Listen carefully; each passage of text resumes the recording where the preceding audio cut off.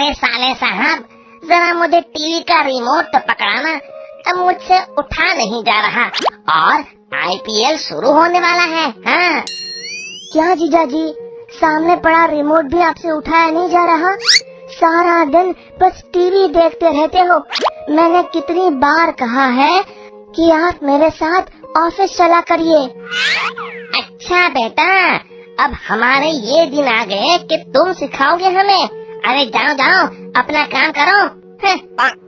दीपक जानता था कि उसकी बातों का मुरारी लाल पे कोई असर नहीं पड़ने वाला। फिर वो वहाँ से चला जाता है।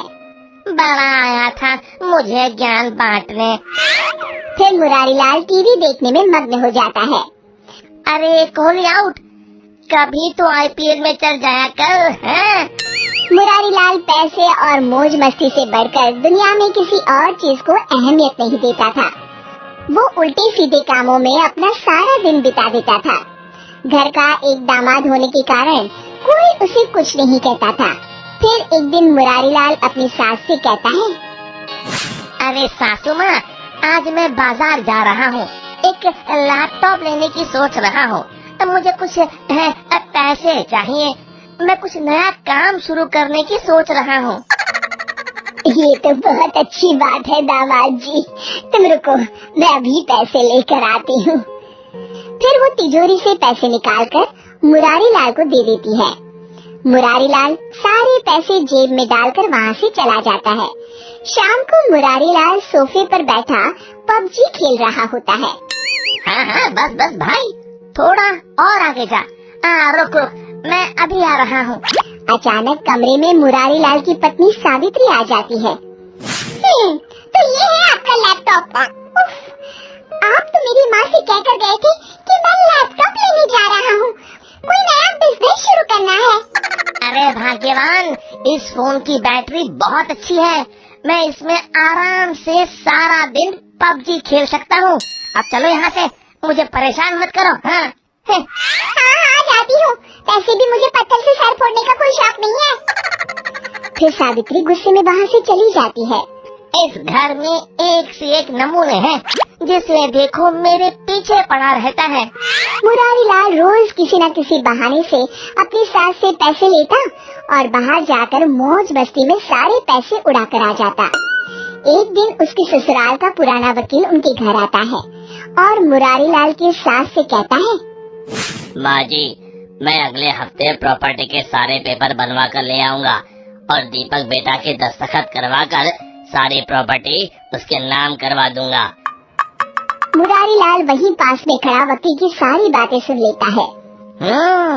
तो ये बात है, सारी प्रॉपर्टी उस बेवकूफ दीपक के नाम हो जाएगी, लेकिन मेरा नाम भी मुरारी लाल है, मैं ऐसा नहीं होने दूंगा। अगले दिन हरिया वकील के साथ सारे कागज तैयार करवाकर मुरारी लाल के पास आ जाता है। मुरारी लाल उसे लेकर अपनी सास के पास जाता है और सास से कहता है, माँ जी, मैंने फैसला कर लिया है कि अब से इस घर की सारी जिम्मेदारी मैं अपने कंधों पर उठाऊंगा। बस ये कुछ कागजातों पर आप अपने दस्तखत कर दीजिए। अरे बेटा मुरारी, इसी दिन का तो मुझे कब से इंतजार था। आज मैं बहुत खुश हूँ। तुम जैसा चाहोगी वैसा ही होगा। मैं अभी इन कागजातों पे दस्तखत कर देती हूँ। कागजातों पर दस्तखत होते ही सारी प्रॉपर्टी मुरारी लाल के नाम हो जाती है।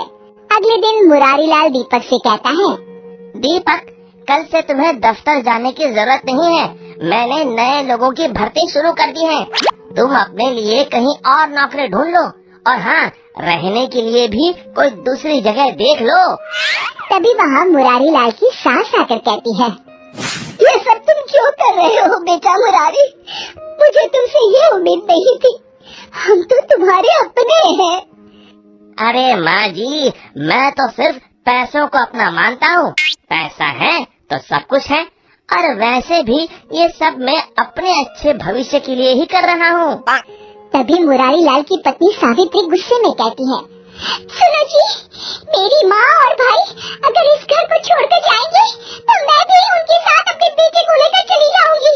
आप अच्छी तरह से सोच लीजिए। लेकिन सावित्री की बातों का मुरारी लाल पर कोई असर नहीं पड़ता।